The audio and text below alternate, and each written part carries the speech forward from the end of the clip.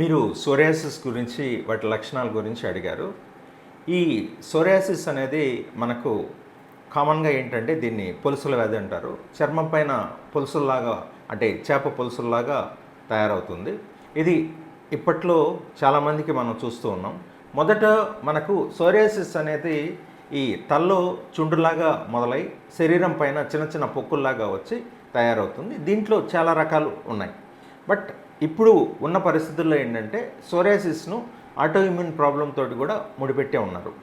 కానీ ఈ సోరియాసిస్ చర్మంతో పాటు వేరే అవయవాలకు కూడా వస్తూ ఉంటాయి. ముఖ్యంగా ఏంటంటే సోరియాసిస్ వచ్చిన పేషెంట్స్కు గోర్లు కానీ తలలో కానీ పొలుసులతో పాటు మనకు కీళ్ళవాతంలాగా వస్తూ ఉంటుంది. అయితే సోరియాసిస్కు ఏవైతే మెడిసిన్స్ అనేటివి వాడతామో ఈ కీళ్ళవాతానికి సంబంధించి మనం వాడుతూ ఉంటాం. కాకపోతే సోరియాసిస్ కొంతమందికి చలికాలంలో పెరుగుతుంది, ఎండాకాలంలో తగ్గుతూ ఉంటుంది. ఇది సీజనల్ ఫ్లక్చుయేషన్ అనేది చాలా ఎక్కువగా కనిపిస్తూ ఉంటుంది. సోరియాసిస్ అనేది దీర్ఘకాలికంగా ఉంటుంది. ఇది అంటువ్యాధి మాత్రం కాదు. ఇది సోరియాసిస్ మొదలయ్యేటప్పుడు ఎర్రగా చర్మం వచ్చి దానిపైన పొలుసుల్లాగా తయారవుతూ ఉంటుంది.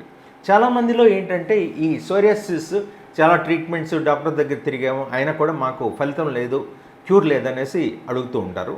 మనకు సోరియాసిస్ అనేది ఫలితం కోసం కంటే అంటే దీని ట్రీట్మెంట్ తీసుకున్న తర్వాత జబ్బును మనం కంట్రోల్లో చేసుకోవడం అనేది మంచిది, కానీ క్యూర్ అనేది దానికోసం తాపత్రయపడి అందరి దగ్గర తిరగడం అనేది మంచిది కాదు.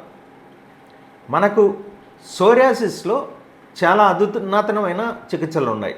అయితే సోరియాసిస్ లిమిటెడ్గా ఉన్నప్పుడు ఏంటంటే కొంతమందిలో చిన్నపిల్లల్లో కానీ లేకపోతే పెద్దవాళ్ళల్లో కానీ ఎగ్జిమర్ లేజర్ అనేది చేస్తూ ఉన్నాం. కొన్ని మందులు ఇప్పుడు చాలా మందులు అందుబాటులో ఉన్నాయి.